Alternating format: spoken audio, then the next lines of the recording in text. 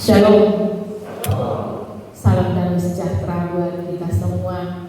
Kita ada di minggu Epifani terakhir, karena minggu depan kita mulai memasuki masa sengsara Yesus.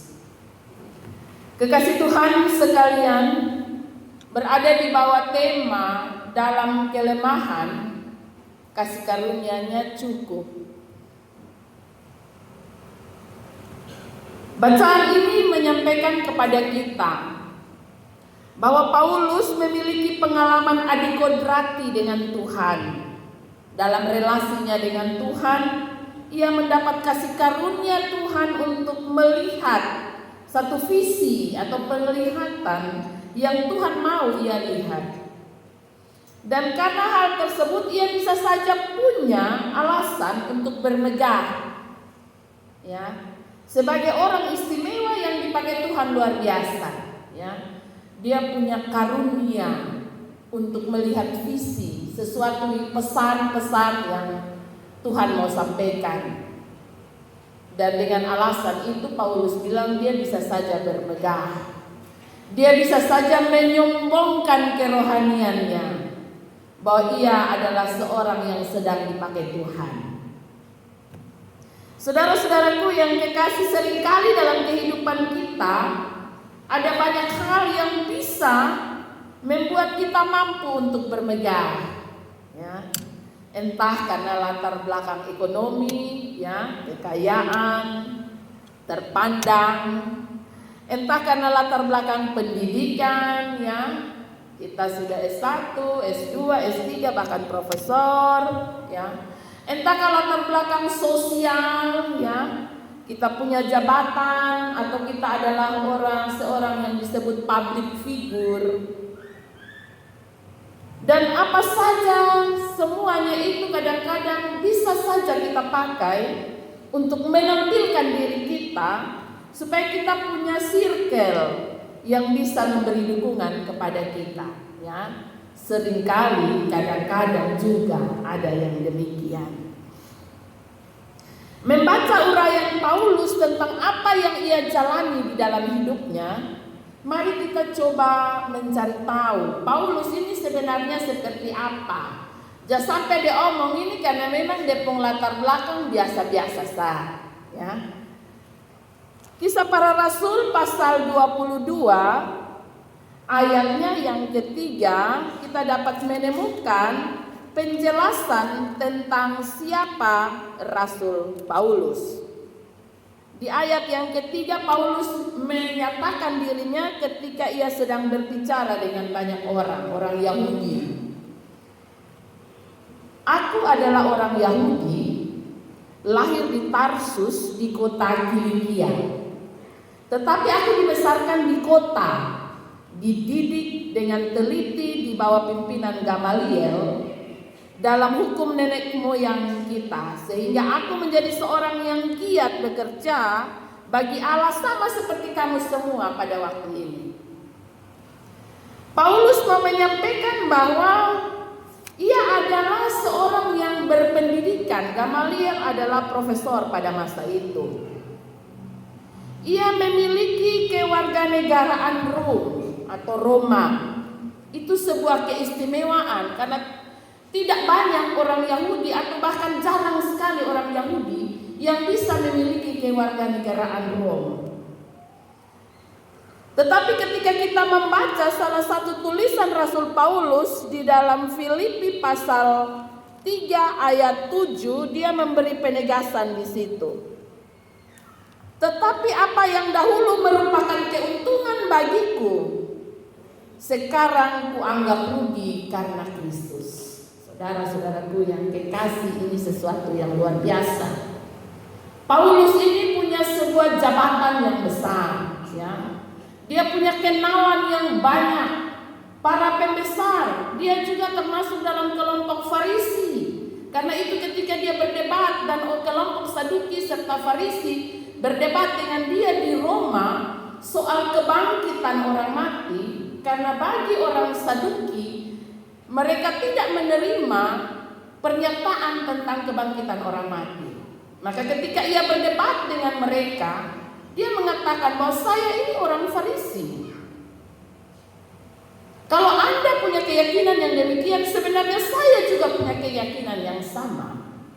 Tetapi ketika mengenal Kristus,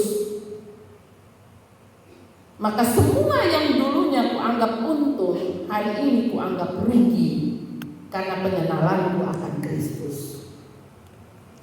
Saudara-saudaraku yang kekasih, dalam catatan ini kita juga menemukan bahwa Paulus mengalami satu kondisi yang ia sebut sebagai duri dalam daging.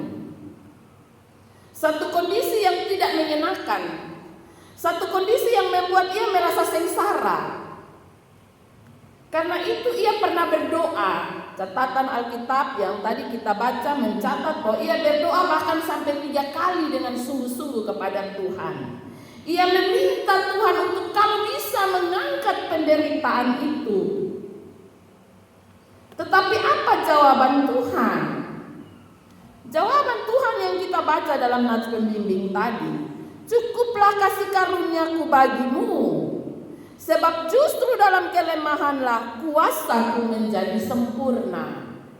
Saudara-saudaraku yang kekasih, jawaban Tuhan adalah untuk menguatkan dan memampukan Paulus untuk mampu menjalani hari-harinya. Tuhan tidak mencabut duri di dalam daging tersebut. Tuhan tidak mencabut penderitaan yang diizinkan untuk dialami oleh Paulus. Tapi justru Tuhan memberi kemampuan, Tuhan memberi kekuatan agar meskipun ia ada dalam penderitaan, ia mampu untuk melewatinya. Cukuplah kasih karuniaku. Itu kata Tuhan kepada Paulus sebagai jawaban doanya. Allah paling tahu tentang segala yang terjadi di dalam hidup kita. Ia lebih mengenal kita daripada diri kita sendiri. Ya. Ia tahu bagaimana agar kita tetap memiliki hubungan yang dekat dengannya. Ia mau agar kita tidak jatuh dalam dosa kesombongan. Ia mau agar kita tidak jatuh dalam keangkuhan diri, apalagi membelakangi dan melupakan Tuhan. Ya. Ketika kita merasa kita sudah tidak membutuhkan apa-apa lagi, karena kita sudah memiliki segalanya, maka bahkan Tuhan pun kita tidak mempedulikannya lagi. Saudara-saudaraku yang kekasih, ketika Paulus mengalami satu kondisi yang menyusahkan dirinya dan pelayanannya, Paulus merasa jika pergumulan itu bisa terhalau, mungkin ia bisa menjadi lebih baik dari sekarang. Tetapi apa yang dipikirkan Paulus berbeda dengan apa yang direncanakan Tuhan bagi hidupnya. Dan pada akhirnya dalam kepasrahan Paulus, ketika ia menerima keputusan Tuhan berlaku atas hidupnya, dan karena itu ia mengatakan dalam ayatnya yang ke-9 bagian B, sebab itu terlebih suka aku bermegah atas kelemahanku, supaya kuasa Kristus turun menaungi aku. Justru ia lebih bersyukur atas apa yang Tuhan izinkan terjadi di dalam hidupnya. Karena bagi dia, ketika ia ada dalam kelemahanlah kuasa Tuhan menaungi hidupnya. Aku bermegah atas kelemahanku, supaya kuasa Kristus turun menaungi aku. Dan dia juga bersaksi bahwa justru dalam kelemahan ia menjadi kuat. Kita dapat membaca itu pada ayat yang ke-10 bagian yang terakhir. Sebab jika aku lemah, maka aku kuat. Saudara-saudaraku yang kekasih, dari uraian ini kita menemukan bahwa Allah terus berkarya dalam pembentukan karakter setiap anak Tuhan yang dikasihinya. Ya. Tanpa kita sadari, Tuhan sedang membentuk karakter identitas surgawi kita. Ya. Terkadang yang kita inginkan ialah jawaban-jawaban doa menurut keinginan-keinginan kita. Kita terus berdoa dan sampai pada titik di mana seringkali kita menyalahkan jawaban doa yang Tuhan beri. Tapi dari sini kita belajar ketika Paulus, ya, kalau mau bilang Paulus ini orang ring satu, orang yang dekat dengan Tuhan, orang yang dipilih oleh Tuhan, dipakai oleh Tuhan untuk pekerjaan Tuhan yang luar biasa. Tapi kenapa doanya seolah-olah tidak dijawab oleh Tuhan menurut keinginannya, menurut rancangannya? Ketika jawaban Tuhan berbeda, ia menyadari bahwa Tuhan sedang membentuk karakter imannya. Tuhan sedang membentuk karakter hidup orang-orang percaya atau anak-anak Tuhan yang dikasihinya. Kita belajar bahwa pembangunan karakter lebih penting daripada sesuatu yang bersifat spektakuler. Kita belajar bahwa integritas lebih berharga daripada sekedar popularitas. Kita belajar tentang siapa kita di hadapan Allah ternyata jauh lebih penting dari banyak yang kita usahakan untuk menjadi baik di mata manusia. Saudara-saudaraku yang kekasih, supaya kita mengerti kasih karunia Allah, maka kita menjalani hari-hari menurut rancangan Tuhan. Supaya kita mengalami kuasa Tuhan, maka kita mesti menyerahkan diri kita sepenuhnya dalam tuntunan Tuhan. Saudara-saudaraku yang kekasih, ketika doa tidak terkabulkan, sebenarnya itu bukanlah bukti bahwa Allah tidak mengasihi kita. Hari ini dibawa tema dalam kelemahan, kasih karunia Allah begitu cukup bagi kita. Maka hari ini marilah kita menghitung-hitung kasih karunia Allah yang kita terima sampai hari ini. Karena tidak banyak orang, tidak semua orang mengalami kemurahan Tuhan seperti yang kita alami hari ini. Ketika kita masih diizinkan Tuhan memiliki keluarga yang mengasihi kita, itu adalah kasih karunia Allah. Cukup kasih karunia Allah. Ketika walaupun kita ada dalam kondisi sakit, tapi kita masih melihat kemurahan Tuhan, cukup sampai di situ, cukup kasih karunia Allah. Karena ia sedang berproses dalam hidup kita. Ia sedang menolong kita untuk beranjak dewasa. Ia sedang menolong kita untuk terus memahami tentang kebaikannya dalam hidup kita. Ya, ada sebuah kisah seorang yang hidup hanya dengan ibunya sendiri. Ia begitu dimanja oleh sang ibu. Ia begitu dikasihi oleh sang ibu, sehingga rasa-rasanya ia tidak pernah mendapatkan sesuatu yang tidak baik. Semua yang ia lakukan adalah baik. Semua yang keputusan yang ia buat dalam hidupnya adalah baik dan terus didukung oleh ibunya. Sampai satu ketika ia menjadi seorang pembunuh. Ya. Dan ketika ia akan dijatuhi eksekusi mati, sang eksekutor bertanya, apa permintaan terakhirmu?